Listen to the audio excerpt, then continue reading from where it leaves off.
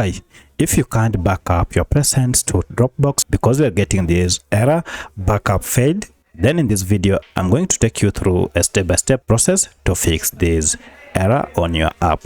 If this video helps, please like and subscribe. Alright, there are quite a number of steps you can take to fix this Dropbox error. In the first method, you need to troubleshoot the app first to see if this fixes the error. To troubleshoot your Dropbox app, first go to your app and you should see app info because we need to access the app info page. If you don't see app info, you should see a settings gear here or the name of the app. Tap on any of these to access Dropbox app info page.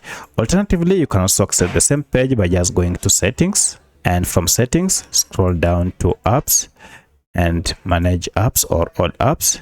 This will list the apps you have on your smartphone. Just search for your app. So I'll search for Dropbox, and now here you need to force stop the app and go to clear data here and tap on clear data. At this point, restart your smartphone, and once you have restarted your smartphone, now you should be able to upload any files or to backup any files or presents on Dropbox. However, should this not work, then you want to check and ensure that you are not connected to any VPN network, because this might be causing your issue.